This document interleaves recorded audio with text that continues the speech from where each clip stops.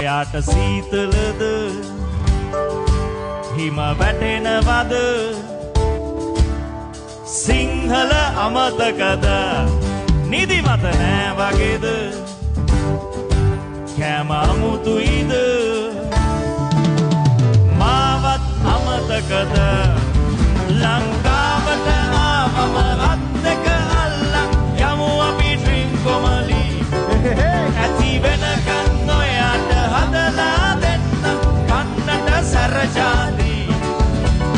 යාලට ගිහිල්ලා තුරුළු වෙලා අපි බලමුද කැලේ අලි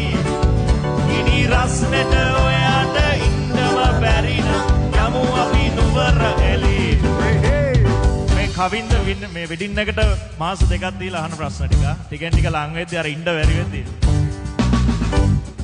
ඔයාට පාළුයිද